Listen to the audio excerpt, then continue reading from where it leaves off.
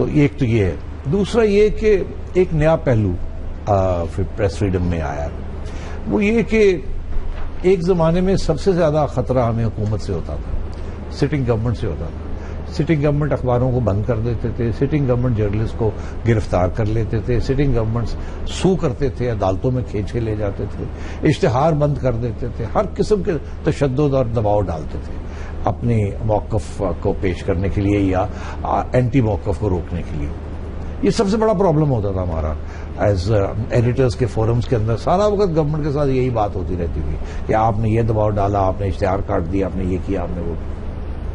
اب حکومت کے اشتہار کا جو اہمیت ہے وہ کم ہو گئی ہے کیونکہ پرائیویٹ سیکٹر بڑا ہو گیا. اب پرائیویٹ سیکٹر کے اشتہار زیادہ ہے، ان کی اہمیت ہے، وہ زیادہ وزن ہے ان کا. تو گورنمنٹ کے پاس وہ جو لیور تھا کنٹرول کا اشتہاروں کا وہ بھی کم ہو گیا، ختم ہو گیا یا کم ہو گیا. اس کے علاوہ اب حکومتیں بہت محتاط ہو گئی ہیں کیونکہ اگر وہ کسی جرنلسٹ کے خلاف پروسیڈ کریں، ہماری جرنلسٹ باڈیز بہت اسٹرانگ ہو گئی ہیں تو وہ ٹھیک ٹھاک احتجاج کرتی ہیں اور انٹرنیشنل باڈیز بھی ان کو سپورٹ کرتی ہیں. مگر اس کے ساتھ ساتھ ایک نیا ڈائمینشن شروع ہو گیا کہ اب ایجنسیوں کی طرف سے ہمیں بہت دباؤ آتا ہے، ڈائریکٹ بھی اور انڈائریکٹ بھی، جو کہ ریزسٹ کرنا بڑا مشکل ہوتا ہے. اور یہ الیکٹرانک میڈیا میں بھی اور دوسری جگہ پہ بھی یہ ایک بہت ویزیبل اور پاورفل دباؤ ہے کہ آپ کچھ باتیں کر سکتے ہیں اور کچھ باتیں نہیں کر سکتے. اسی لیے آج میں کچھ باتیں کروں گا اور کچھ باتیں نہیں کروں گا. نان اسٹیٹ ایکٹرز جس میں مذہبی لوگ بھی جو کہ انتہا پسند مذہبی لوگ، terrorist and non state actors دوسرے قسم کے، اینڈ اسٹیٹ ایکٹرز دوسرے قسم کے، جو کہ اب وہاں سے تھریٹ آ رہی ہے. تو اسی لیے وہ کہتے ہیں کہ Pakistan is one of the most dangerous places in the world for journalism. بہت زیادہ جرنلسٹ یہاں ڈسپیئر ہو جاتے ہیں یا مارے جاتے ہیں یا زخمی ہو جاتے ہیں ان دی ایکٹ آف جرنلزم. یہاں صحافت آزاد بھی ہے پر پرخطر صحافت ہے نا، خطرہ بہت ہے، اس میں خطرہ بہت یہ خطرہ. تو یہ اس قسم کے بہت سے پہلو ہیں اور it has become a more difficult profession. اگر آپ اس کو دیانتداری کے ساتھ کرنا چاہیں تو بہت مشکل ہو گیا، آسان نہیں ہے. اس کو کریکٹ کرنا چاہوں گا. ڈان لیکس کا معاملہ ہمارے سامنے ہے، جس طرح سے اس کی رپورٹ مکمل طور پہ سامنے نہیں آئی لیکن جو باتیں سامنے آئی وہ بھی زیر بحث نہیں. آج پرویز رشید صاحب جو کہ جب ڈان لیکس کا معاملہ آیا تو اس وقت وفاقی وزیر اطلاعات تھے، ان سے جب جیو نیوز نے بات کی تو پرویز رشید صاحب کا جو اسٹیٹمنٹ تھا، جو ان کا جواب تھا، وہ بڑا دلچسپ تھا. پرویز رشید صاحب کیا کہہ رہے تھے ذرا دیکھیے. میں نے وہی کیا جو ایک جمہوری معاشرے میں کیا جاتا ہے کہ آپ خبر کے حوالے سے صحافی کو اصل صورتحال سے آگاہ کر دیتے ہیں. آپ اسے مجبور نہیں کر سکتے، اپنا نقطہ نظر بتا سکتے ہیں. تو میں نے صحافی کو اپنا نقطہ نظر بتا دیا. اور دوسرا یہ کہ اگر ایسا وزیر اطلاعات ریاست پاکستان کو چاہیے جس کی وہ تمنا کرتے ہیں تو پھر انہیں یونیورسٹیوں میں ایک کورس شامل کر دینا چاہیے جو جرنلزم کے بچوں کو پڑھایا جائے، how to block a news, کہ خبر کو کیسے روکنا چاہیے. دلچسپ بات تھی پرویز رشید صاحب کی. وہ کہتے ہیں اگر آج ریاست پاکستان کو یہ ضرورت ہے کہ یہ بھی اسکل ہونا چاہیے کہ خبر روکی کیسی جائے. میں عرض کر رہا تھا کہ پہلے یہ اسکل بڑی بہت زبردست اسکل سب منسٹرز کو آتی تھی، خبر روکنے کی. منسٹری آف انفارمیشن ماہر تھی اس چیز میں. سیکرٹ فنڈز بھی ہوتے تھے برائب کرنے کے لیے جرنلسٹ کو، مضمون لکھوانے کے لیے اپنے حق میں، جعلی ناموں کے ذریعے، گھوسٹ رائٹرز کے لیے، اور دھمکیاں دینے کے لیے بھی انٹیلیجنس ایجنسیاں بھی ہوتی تھی، اور اشتہار بند بھی کیے جاتے تھے جرنلسٹ کا منہ بند کرنے کے لیے یا خبر کو بلاک کرنے کے لیے. تو یہ مگر پرویز رشید صاحب اس زمانے میں پرویز رشید صاحب منسٹر نہیں تھے. اس زمانے میں اور بڑے منسٹرز تھے جس کے نام اب نہ ہی لیے جائیں تو بہتر ہے، پردہ نشینوں کے نام ہے. اور انہوں نے وہ ساری حرکتیں کی ہیں جس کا میں ذکر ابھی کر رہا تھا پہلے. مگر پرویز رشید صاحب سے اگر یہ آپ توقع کریں کہ وہ کسی جرنلسٹ کو دھمکی دیں گے یا ان کی اشتہار بند کر دیں گے بیکاز انہیں بات پسند نہیں آئی، یا انہیں جعلی جھوٹی خبر دے دیں گے، یا کسی خبر کو بلاک کرنے کی ایسی تجویز دیں گے کہ ایک قسم کی تھریٹ ہو. یہ پرویز رشید صاحب ایسے شخص نہیں ہیں. میں انہیں بڑی اچھی طرح جانتا ہوں. منیر, میرا تو سب سے بڑا کمپلینٹ یہ ہے کہ میں نے کل بھی شاید کمپلینٹ کیا تھا, آج پھر میں کر رہا ہوں, کہ پرویز رشید صاحب سے آج تک مجھے کوئی خبر اچھی نہیں ملی. اور اگر میں کوئی کنفرم بھی کرنا چاہوں تو وہ نہ ہاں کرتے ہیں نہ کرتے ہیں, مطلب غائب ہو جاتے ہیں سوائے ان کی اپنی ریموول کی خبر, سوائے اپنی. تو میں یہ سمجھتا ہوں کہ وہ دکھی ہیں اس وقت, جس قسم کی وہ بات کر رہے ہیں دکھی ہیں, مگر ان پہ بھی پابندیاں ہیں اس وقت کو کیا کہہ سکتے ہیں اور کیا نہیں کہہ سکتے. اچھا, آگے چلتے ہیں بریفلی, کیونکہ بریک پہ ہم بات کر رہے تھے, جب یہ کلپ چلا سوشل میڈیا کے حوالے. سوشل میڈیا نے اب خیر اس میں بھی جرنلزم, بڑی جرنلسٹ اس کو بڑا پریکٹس کرتے ہیں میڈیا کو, اور اس کو بڑا وہاں پر بھی اپنی رائے کا اظہار کرتے ہیں, بہت ساری باتیں وہاں پر بھی ہوتی ہیں. منیب, ایسے ہے کہ سوشل میڈیا جو ہے وہ مجھے یاد ہے کہ جب میں اپنا ایک انٹرنیشنل ایوارڈ لینے گیا تو وہاں ایک سیشن سوشل میڈیا پہ بھی تھا. یہ 2011 کی بات ہے. اس وقت نیا سوشل میڈیا اور یہ انٹرنیٹ اور ٹویٹر نیا وسیع پیمانے پہ یہ آ رہا تھا. تو وہاں یہ ڈسکشن ہوئی. انہوں نے کہا یہ بہت امپورٹنٹ ڈیولپمنٹ ہوگی میڈیا کے لیے, کیونکہ اس سے فوری طور پہ خبر پہنچ جایا کرے گی. خبر سے مراد یہ تھا کہ صحیح خبر, کہ اگر کوئی ایکسیڈنٹ ہوتا ہے یا کوئی حادثہ ہو جاتا ہے یا کچھ بھی ہو جاتا ہے یا کوئی اسٹیٹمنٹ آتا ہے تو فوری طور پہ امیڈیٹلی لائیو رپورٹنگ ہو سکتی. تو یہ بہت بڑی ڈیولپمنٹ ہوگی ان دی ڈسیمینیشن آف انفارمیشن.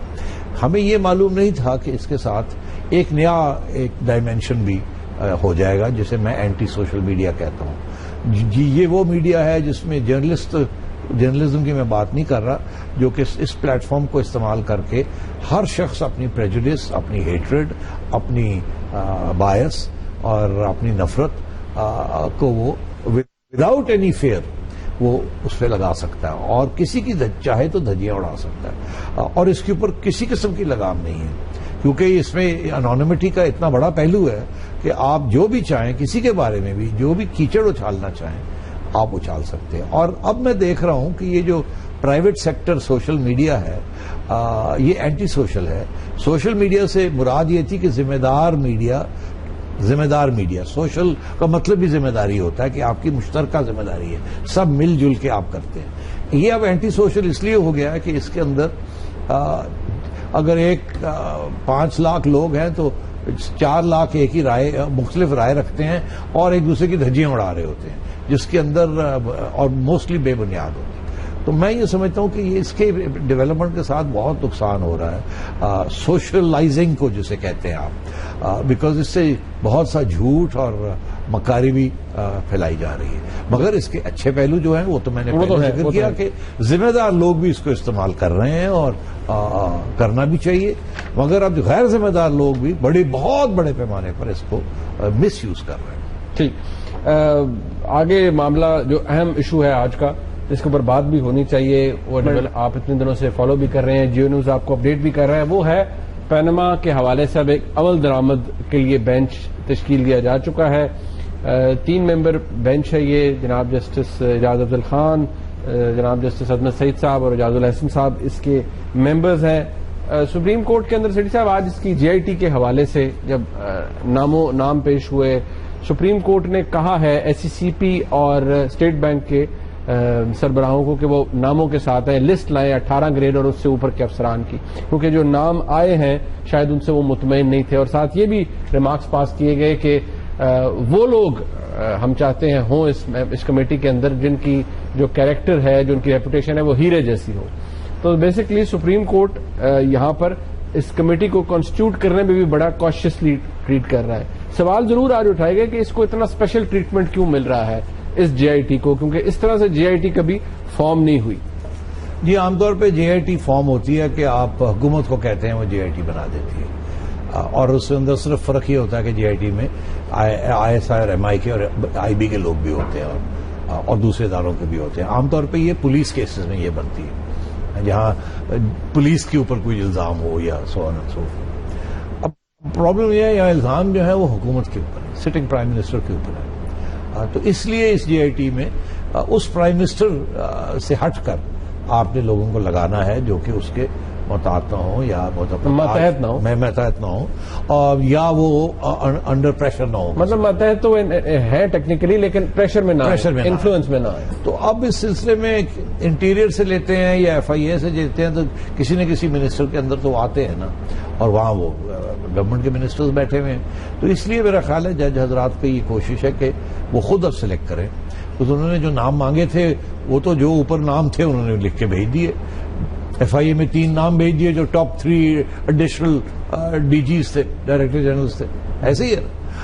اب ان میں سے کسی کو پسند نہیں آ رہے تو پھر ٹھیک ہے، پھر لسٹ منگوا لیں، خود ہی سلیکٹ کر لیں. اور میں سمجھتا ہوں یہ اچھی بات ہے تاکہ اس کے ساتھ ٹرانسپیرنسی ہو جائے گی. دیکھیے یہ سب کچھ نئے رولز بن رہے ہیں، ہمیں تو چاہیے انصاف، ہمیں چاہیے ٹرانسپیرنٹ انصاف. تو اگر اس سلسلے میں جج حضرات اس قسم کے اقدامات کرتے ہیں تو they are welcome. I think ہمیں سپورٹ کرنا چاہیے انہیں کہ اگر وہ نیب سے یا ایف آئی اے سے یا جہاں سے بھی مرضی وہ آنےسٹ افسر کو لے کے آ سکتے ہیں تو بڑی اچھی بات ہے. میرے ذہن میں صرف 2 باتیں کہ اب وہ ایک جج صاحب نے کہا کہ وی وانٹ، کیا لفظ استعمال کیے انہوں نے؟ ہیرے جیسی ریپوٹیشن جن لوگوں کی ہو، کردار ان کا ہیرے جیسا ہو. اچھا میرا خیال ہے بڑا مشکل ہو جائے گا ان کو ایسے شخص ملنا. اب کیونکہ انہوں نے یہ کہہ دیا ہے، اب توقع یہ ہے کہ یا امید یہ ہے یا امکان یہ ہے کہ جو لوگ رکھیں گے وہ ہیرے ہوں گے. اب کل کو اگر وہ ہیرے نہیں نکلتے اور ان کے اوپر الزام لگنے شروع ہو جائیں گے تو یہ پھر ذمہ داری جج حضرات کی ہوگی. اس لیے میں سمجھتا ہوں یہ تھوڑا سا سینسٹیو معاملہ ہے، کم بات کی جائے تو بہتر ہے. بیسٹ لوگوں کو سلیکٹ کر لیا جائے، اچھی بات ہے، اور پھر ان سے ٹرانسپیرنٹلی کام لیا جائے. بٹ یہ عدالتی نظیر کہا جائے یا عدالت کی پریکٹس موجود ہے افتخار چودھری صاحب کے زمانے سے کہ ڈائریکٹلی بہت سے کیسز ایسے تھے جن میں رپورٹنگ لائنز جو تھیں وہ آنریبل سپریم کورٹ نے اپنی طرف کر لی تھی. 1 یا 2 تھے، اس سے زیادہ تو نہیں، لیکن پھر بھی ایک پریسیڈنٹ تو موجود ہے. ہاں تو پریسیڈنٹ موجود ہے افتخار چودھری صاحب کا. وہ افتخار چودھری صاحب کے اور بھی پریسیڈنٹس موجود ہیں. مگر میں یہ سمجھتا ہوں کہ ان پرنسپل اس میں کوئی حرج نہیں ہے کہ اگر سپریم کورٹ خود انویسٹیگیٹر لگانا چاہے تو بائی آل مینز لگانا چاہیے، مگر دیکھنا یہ چاہیے کہ وہ ٹرانسپیرنٹلی باعث نہ ہو دس وے اور دیٹ وے. افتخار چودھری صاحب کے زمانے میں ایف آئی میں ایس ہو دونوں چیزیں ہوئی، نان باعث بھی ہوئے اور باعث بھی ہوئے. کبھی وہ افتخار چودھری صاحب کے اپنے ان کی طرف باعث تھا، کبھی انڈیپینڈنٹ تھے. تو مطلب اس قسم کی چیز ہوئی. یہاں ایسی صورتحال نہیں ہے. I would support this whole heartedly. میں سمجھتا ہوں جج حضرات کو جیسے سینٹ، امریکن سینٹ کے اندر ہیئرنگز نہیں ہوتی، ایسی ہیئرنگز کنڈکٹ کر کے ایک ٹیم کو بنایا جائے تاکہ جو افسر وہاں بیٹھے جینیونلی انڈیپینڈنٹ ہو. مسئلہ میرے لیے یہ ہے کہ میرا نہیں خیال کہ ایشو انڈیپینڈنس کا اتنا زیادہ ہے، ایشو ہے کمپیٹنس کا. میرا نہیں خیال ایسی سی پی میں یا ایف آئی اے میں یا اسٹیٹ بینک میں یا نیب میں منی لانڈرنگ ٹریل کو انرتھ کرنے کے لیے کوئی ایکسپرٹس ہیں. ایسی بات میرا خیال ہے ایسی چیز نہیں. آج ایس سی سی پی کے جو سربراہ ہیں انہوں نے یہ بات کہی بھی ہے کہ ہم نے وہ نام بھیجے تھے جن کو ایکسپیرینس ہے اس حوالے سے، فائنینشیل کرائمز کے حوالے سے، یا انہوں نے کہا کہ ایس سی سی پی کے پاس فورینزک آڈٹ کا یہ صلاحیت نہیں ہے. انہوں نے ایک حوالہ بھی دیا ایک اسکیم کا کہ جب ہوا تو پھر اس وقت باہر سے ایکسپرٹس کو بلایا گیا تھا.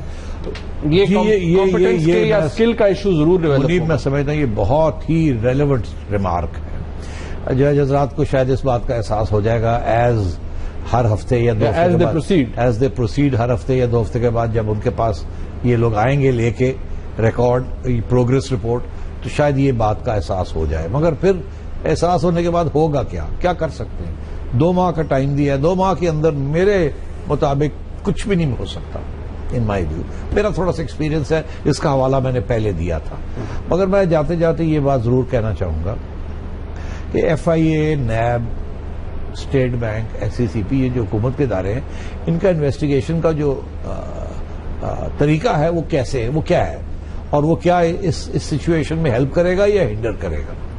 میں ان کا طریقہ یہ ہے کہ اگر آپ سے انہوں نے کچھ آپ کو انویسٹیگیٹ کر رہے ہیں نا وہ، تو وہ کریں گے کیا کہ ایک طرف تو آپ کے اوپر الزام ہوں گے، ان الزام کے بیسس کے اوپر وہ ایک لمبا چوڑا کویسچنئر بنائیں گے 100-200 سوال کا، 10 صفحے کا کویسچنئر، جس کے اندر 2 چیزیں ہوں گی: provide this, provide this, provide this, provide this, give this detail, give this detail, give this detail, show this, show this, show this. آپ میری بات سمجھ رہے ہیں؟ اور وہ میرا خیال ہے کوئی بھی مائی کا لال نہیں ہے جو کہ اس کوشچنئر کو فل کر سکتا ہے. مگر چلے لیٹس اسیوم کہ اس سچویشن میں بریک کا کہا جا رہا ہے نواز شریف صاحب اور ان کے صاحبزادے یہ ساری انفارمیشن جو مانگ رہے ہیں وہ کہیں گے جی ہمارے پاس نہیں ہے یہ انفارمیشن. تو کیا ان کو یہ پھر جا کے ان کو ڈھونڈنی ہے انفارمیشن خود؟ یہ لکھا ہوا ہے to collect evidence and investigate. ہاں تو اب میں یہ کہہ رہا ہوں کہ یہ انویسٹیگیشن سے یہی ہوگا کہ یہ آ کے رپورٹ یہ کریں گے کہ جی ہم نے یہ کویسچنر بھیجا تھا, یہ جواب آئے ہیں, یہ سیٹسفیکٹری نہیں ہے اور ہمیں پتا, اب آپ حکم کریں اب ہم کیا کریں, بس اتنی بات. یا یہ اور کیا ہم جا کے کچھ نئی چیز ڈھونڈیں لندن میں یا قطر میں یا کہیں اور, تو وہ تو میرا خیال ہے ان کے بس کی بات نہیں. بس کی بات نہیں ہے, لیکن ڈیپینڈ کرے گا کہ آنریبل سپریم کورٹ اس اسنا میں کیا ریمارکس پاس کرے گی. جو سچویشن بنتی ہوئی نظر آ رہی ہے, لیکن ابھی دیکھنا ہے جی آئی ٹی کس طرح فنکشن کرتی ہے. ایک بریک لیتے ہیں, بریک کے بعد جب آئیں گے تو مسلم لیگ نون بھی اب روایتی داؤ پیچ آزما رہی ہے, اور وہ بھی سپریم کورٹ کے اندر ہی. حنیف عباسی صاحب کی پٹیشن عمران خان صاحب اور جہانگیر ترین صاحب کے خلاف, اس کی سنوائی شروع ہو چکی ہے آج سے. پریئر کیا ہے, الزامات کیا ہیں, بریک کے بعد بات کریں گے اور دیکھتے ہیں اس کے اندر کیا ہو سکتا ہے. حنیف عباسی صاحب نے عمران خان صاحب کے خلاف پٹیشن دائر کی تھی گزشتہ سال نومبر میں. وہ ایکسپٹ کر لی گئی, ایڈمٹ ہو گئی ہے. اب آج سے اس کی ہیئرنگ شروع ہوئی ہے. آنریبل چیف جسٹس صاحب اس بینچ کی سربراہی کر رہے ہیں, اور آج وہاں پر مسلم لیگ نون کی طرف سے, حنیف عباسی صاحب کی طرف سے جناب اکرم شیخ صاحب نے دلائل دیے.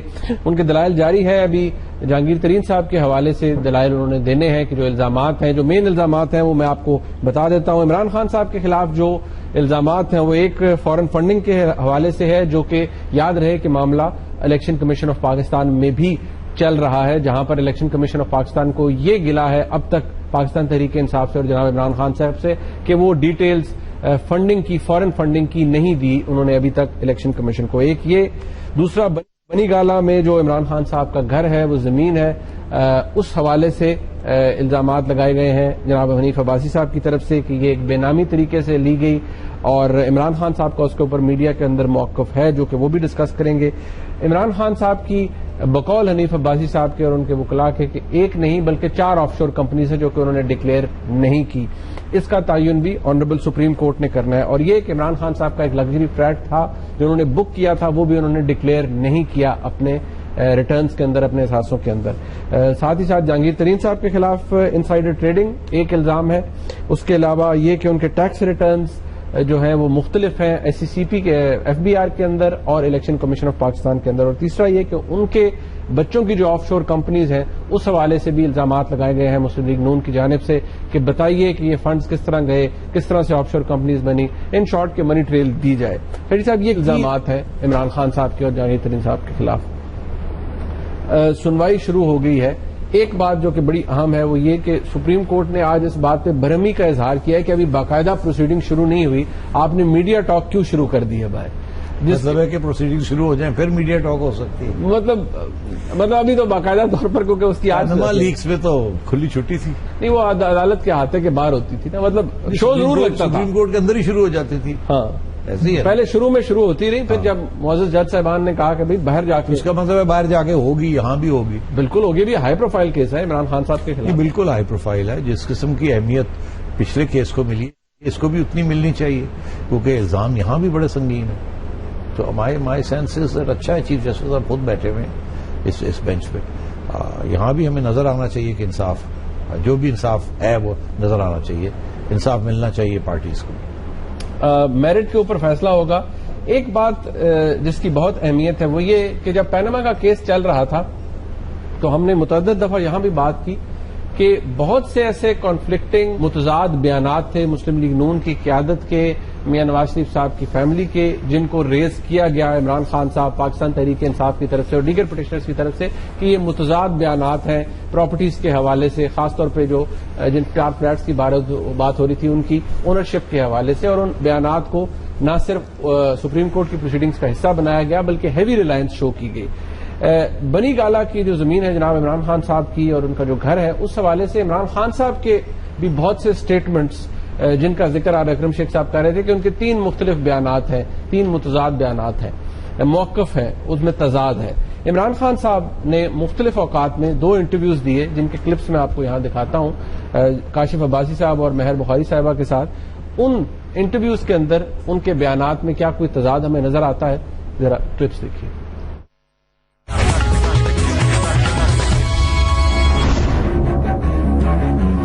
جو سوان ایفیڈیوٹ ہے وچ از اے لیگل ڈاکیومنٹ جمائمہ کا, اس کے اندر لکھا گیا ہے کہ بھئی یہ عمران خان نیازی باٹ دس, خریدی اس نے اور میرے نام کی ایز بے نامی ٹرانزیکشن, کوٹ ان کوٹ بے نامی ٹرانزیکشن. فلیٹ میرا, میں وہ بیچتا ہوں, وہ بیچ کے اس کو پیسے دیتا ہوں, اور وہ پیسے کیوں دیتا ہوں؟ کیونکہ وہ یہاں اس لیے یہ خریدتی ہے اپنے نام پہ کیونکہ میرے پاس پورا پیسہ نہیں ہوتا. ٹھیک, ایفیڈیوٹ ہے ان کا 300 kanal purchase by Imran Ahmed Khan Niazi son of Ikramullah Khan Niazi and then transferred in my name as a benami transaction. پھر سن لیں, پہلے سن لیں. یہ صحیح ہے نا؟ پہلے مجھے یہ نہیں پتا کیا, میں پہلے یہ نہیں پتا آپ کو؟ نہیں, مجھے نہیں پتا, میں نے تو کبھی دیکھی نہیں. یہ کبھی نہیں دیکھی آپ نے؟ میں نے تو نہیں دیکھی. جمائمہ خان نے جب آپ کو پراپرٹی آپ کی واپس کی خان صاحب, اس میں وہ کہتی ہیں کہ آپ نے یہ زمین خرید کے ان کے نام بے نامی ٹرانزیکشن کی. یہ پہلی جگہ یہ آپ کے سامنے میں رکھ دیتا ہوں. مجھے یہ ان کا پاور فٹا ہے. یہ میں نے پڑھا ہوا. جی, میں نے تو کبھی دیکھی نہیں. یہ کبھی نہیں دیکھی آپ نے؟ میں نے تو نہیں دیکھی. انلیگل چیز کیا ہے؟ وہ کہتی ہے کہ آپ نے پراپرٹی خریدی بے نامی میرے نام کی, میں کیونکہ اب ڈیوورس ہو گئی ہے میں ان کی پراپرٹی واپس کر رہی ہوں. اچھا, اب سپوز ایک دوسری چیز ہے, میں اگر جمائمہ کے نام پہ پراپرٹی لے بھی لیتا, آپ اگر شادی شدہ ہیں, آپ کو اپنی بیوی اور بچوں کی ساروں کی پراپرٹی ڈکلیئر کرنی پڑتی ہے, تو ڈکلیئر تو ویسے کرنی پڑی تھی. وہ آپ نے ڈکلیئر 2002 کے اس میں اپنی اسٹیٹمنٹ میں تو نہیں, تو وہ اس لیے نہیں کی کیونکہ وہ میرے نام پہ نہیں تھی. جب میری ڈیوورس ہوئی تو میرے نام پہ آئی نا. آپ کہہ رہے ہیں کہ بیوی کی ڈکلیئر کرنی پڑتی ہے. 2002 میں جو آپ نے گوشوارہ سبمٹ کرا وہ ایکچولی فیکچولی جمائمہ کے نام پہ تھی, جمائمہ کی پراپرٹی تھی, پیسے اس نے دیے تھے, تو میں اپنے گوشوارے میں کیسے ڈکلیئر کر دوں؟ ابھی آپ نے کہا نا کہ جی بیوی کے ڈکلیئر کرنے پڑتے. نہیں کاشف, اب آپ لوگوں کو کنفیوز نہ کریں. مگر آپ ڈکلیئر تو کرتے ہیں نا, جیسے نواز شریف نے کلثوم نواز کو ڈکلیئر کیا. مگر آپ نے ڈکلیئر کرتے, بیوی کو ڈکلیئر کرتے ہیں نا. اگر یہ ہوا ہوگا تو یہ کوئی گلچ ہوئی ہوگی, کیونکہ ہو سکتا ہے کہ جو اکاؤنٹنٹ ہے اس کو کرنا چاہیے. عمران خان صاحب کا یہ 2 انٹرویوز کے اندر مختلف موقف ہے. سپریم جو نیشنل اسمبلی کے اندر بھی وہ اس حوالے سے موقف دے چکے ہیں, اور عمران خان صاحب کا یہی کہنا تھا کہ جو احتساب حکمرانوں کا ہوگا وہی ان کا ہونا چاہیے. ظاہری بات ہے اب یہ کیس سپریم کورٹ کے اندر ہے. ایک اور بہت اہم نقطہ ہے فارن فنڈنگ کے حوالے سے, اس پہ بات کریں گے بریک کے بعد. ساتھ رہیے. بریک سے پہلے بات ہو رہی تھی جناب عمران خان صاحب اور جناب جہانگیر ترین صاحب کے خلاف جو پٹیشن ہے حنیف عباسی صاحب کی, اس حوالے سے جو الزامات لگائے گئے ہیں بنی گالہ کی زمین کے حوالے سے, جو عمران خان صاحب کا موقف ہے وہ انٹرویوز کے اندر کیا ہے, نیشنل اسمبلی کے اندر کیا ہے, اگر اس میں کوئی تضاد ہے یا نہیں یہ بھی سامنے ظاہر ہوتا ہے. ریکارڈ کے اوپر ان کی سٹیٹمنٹس ہیں. فارن فنڈنگ کے حوالے سے سیٹی صاحب ابھی تک عمران خان صاحب الیکشن کمیشن کے اندر تو کوئی جواب دے نہیں پائے ہیں, بلکہ ان کی میں کہوں اگر یہ کہوں کہ تلخی رہی ہے الیکشن کمیشن کے اندر. ایک پوائنٹ یہ بھی ریز کیا جا رہا ہے کہ جب یہ الیکشن کمیشن میں چل رہا ہے تو اس ایشو کو یہاں پر نہیں آنا چاہیے اور سائملٹینیسلی نہیں بھی لانا چاہیے تھا. آپ کو لگتا ہے مسلم لیگ نون کی قیادت یا مسلم لیگ نون بہت ہیویلی بینک کر رہی ہے اس ایک کیس کے اوپر, اور ان کو لگتا ہے کہ they can bring Imran Khan صاحب ڈاؤن آن دس؟ نہیں, ایک کیس کے اوپر تو نہیں, میرا خیال 4 ڈفرنٹ کیسز جو ہے مطلب 4 ڈفرنٹ مطلب حوالے ہیں. معاملہ ایک ہی ہے نا, مین پٹیشن تو ایک ہی ہے. ہاں, پٹیشن تو ایک ہی ہوتی ہے, اس کے اندر 4 پہلو ہیں. اس کے پٹیشن کے اندر لٹرلی 4 ایلیگیشن ہیں ڈسکوالیفیکیشن کے لیے. ایک یہ کہ جی ان کے پاس ایک آف شور کمپنی تھی, وہ کہتے ہیں 4 تھی, آپ کو کہتے ہیں 4. پہلے یہ سنا کہ ایک تھی جو کہ عمران خان صاحب نے تسلیم کی. اب کہتے ہیں جی 4 تھی, پتہ نہیں انہوں نے ایڈمٹ کیا یا نہیں کیا. عباسی صاحب کہتے ہیں کہ وہ 4 کی ایویڈنس دیں گے. ایک میں وہ مین بینیفیشل اونر تھے, باقی میں پارٹ بینیفیشل اونر تھے, وہ بھی نہیں ڈکلیئر کی. یہ ان کی الزام ہے. ایک کے بارے میں تو عمران خان نے خود مانا ہے نا کہ میرے پاس تھی. ایشو یہ ہے کہ ڈکلیئر کیوں نہیں کی, تو اب وہ قانونی طور پہ تو مسئلہ بن جاتا ہے نا. اچھا, تو ایک تو یہ کیس ہے. دوسرا فارن منی کا ہے, جس میں عباسی صاحب کا یہ کہنا ہے کہ اسرائیلیوں نے بھی کنٹریبیوشنز دیے ہیں, انڈینز نے بھی کنٹریبیوشنز دیے ہیں وغیرہ وغیرہ, جو کہ الیکشن قانون کے خلاف پولیٹیکل پارٹیز آرڈر کے تحت نہیں ہو بالکل نہیں ہو سکتا, اور وہ اس کی ایویڈنس دیں گے, اور بڑی آسان ہے اس کی ایویڈنس دینا, بیکاز وہ جہاں جہاں یہ ڈونیشنز دیے گئے ہیں وہاں ریکارڈ ہے, اور وہ یہ ریکارڈ پروڈیوس کر رہے ہیں, تو وہ بھی بڑا مشکل ہو جائے گا ڈینائی کرنا. تیسرا, اور پھر ظاہر ہے کہ مس اپروپریشن آف فنڈز ان کے ایک پارٹی والوں نے سابق پارٹی میں نے ایک اپنا وہ کیس کیا ہوا ہے, اور اوپر سے پھر یہ بے نامی ٹرانزیکشن کا سارا ایشو ہے. یہ اخلاقی طور پہ یہ پرابلمٹک ہے, کیونکہ ٹیکنیکلی لیگلی تو میرا خیال ہے اس کا کوئی پرابلم نہیں ہے, مگر کیونکہ عمران خان صاحب نے بے نامی ٹرانزیکشنز اور آف شور کمپنیز کے خلاف اتنی مہم چلائی, اور آج اگر پتہ چلے ایڈمٹ کرنا پڑ جائے کہ بے نامی ٹرانزیکشن میں نے بھی کیا ہے, ٹیکس چوری میں نہیں کہوں گا کیونکہ اوائڈنس کرنے کے لیے لوگ کرتے ہیں, آف شور کمپنیز بھی ٹیکس اوائڈنس کے لیے کرتے ہیں, چوری کے لیے ضروری نہیں, چوری کے لیے بھی ہوتا ہے. عام طور پہ بے نامی ٹرانزیکشن بھی بلیک منی کو چھپانے کے لیے ہوتا ہے اور ٹیکس نہ دینے کے لیے ہوتا ہے عام طور پہ, مگر ضروری نہیں ہے کہ انہوں نے ایسے کیا ہو. مگر اب یہ ساری باتیں جو ہیں یہ بڑی خوفناک قسم کی ہیں قانونی طور پہ, اور ایک شخص جو کہ ایک کرپشن کا ایجنڈا لے کے چل رہے ہیں ان کے لیے ان کو ڈیفینڈ کرنا کوئی آسان نہیں ہوگا. اور سپریم کورٹ جہاں دونوں قسم کے کیسز, جو باتیں عمران خان نے آپ کی مجھے دکھائی ہیں ٹی وی کے اوپر, یہ بالکل اسی قسم کی کانٹرڈکشنز ہیں ان کے بیان میں, جو کہ کانٹرڈکشنز ادھر پرائم منسٹر اور ان کی فیملی نظر آ رہی ہے. ٹھیک ہے, تو میں یہ سمجھتا ہوں کہ both are in the same boat in some way or the other. Imran Khan صاحب technically on but nonetheless breaking the law, اور ادھر ایلیگیشنز کا of major breaking the law, اور جو وضاحت ہے وہ بھی ادھر ایکسپٹ کی. تو مطلب ہے وہ ڈینائی کرتے ہیں, ان کے لیے ڈینائی کرنا مشکل ہو جائے گا, ان کے لیے ایکسپلینیشن دینا پڑے گا. کیونکہ عمران خان صاحب کی کم از کم جو بلی گالا کے والے اسٹیٹڈ پوزیشن یہ ہے کہ جی ان کی اہلیہ نے پے کیا تھا عمران خان صاحب کے مطابق, اور جب ان کا فلیٹ بکا تو انہوں نے اپنی اہلیہ کو واپس پیسے جو بھی ہے وہ یہ تو ہے نا کہ ٹیکس نہ دینے کی وجہ سے اور اپنی انکم نہ ڈکلیئر کرنے کی وجہ سے یہ کیا گیا. انکم تھی, دکھانا نہیں چاہتے تھے اپنے ٹیکس ریٹرنز میں, کیونکہ اس کا 25-30% ٹیکس دینا پڑ جانا تھا, اس لیے نہ دکھایا, اور ایک بے نامی ٹرانزیکشن شو کیا کہ جی جمائمہ نے یہ خریدا ہے, اور پھر اس کو گفٹ کر دیا. بٹ وہ کہتے ہیں نا گلچ ہو سکتا ہے, وہ انہوں نے کمپیوٹر کی گلچ ہے. وہ جیسے امیتابھ بچن کو کیا پروگرام ہے, کون بنے گا کروڑ پتی, کمپیوٹر جی تو کڑک وہ کہتا ہے سوری سر گلچ ہو گئی.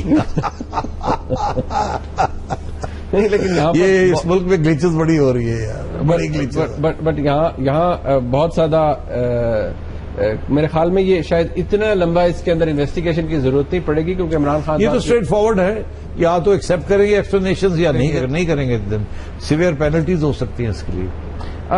لیکن ایک بات سیٹھی صاحب, عمران خان صاحب کو جو سہارا ملتا ہے ان کی پوزیشن کو, وہ یہ کہ اسی طرح کی اپلیکیشنز درخواستیں الیکشن کمیشن میں دائر کی گئی تھی, وہ ریجیکٹ ہو گئی تھی, خارج ہو گئی تھی, الیکشن کمیشن نے کر دی تھی, جبکہ مسلم لیگ نون کا کہنا تھا کہ عمران خان صاحب ٹیکنیکل گراؤنڈز میں تھے. ہاں, مگر اس وقت ایویڈنس کوئی نہیں لے کے آئے تھے. اب انہوں نے عباسی صاحب نے میرا خیال ہے کافی کچھ اکٹھا کر لیا ہے. وہ کہتے ہیں ٹیکنیکل گراؤنڈز پہ ادھر سے فارغ ہوئے تھے. اب سپریم کورٹ میں ٹیکنیکل گراؤنڈز پہ تو پھر تو میاں صاحب بھی بچ جائیں گے, اور ان کے بھی سارے بچ جائیں گے ٹیکنیکل گراؤنڈز کے اوپر.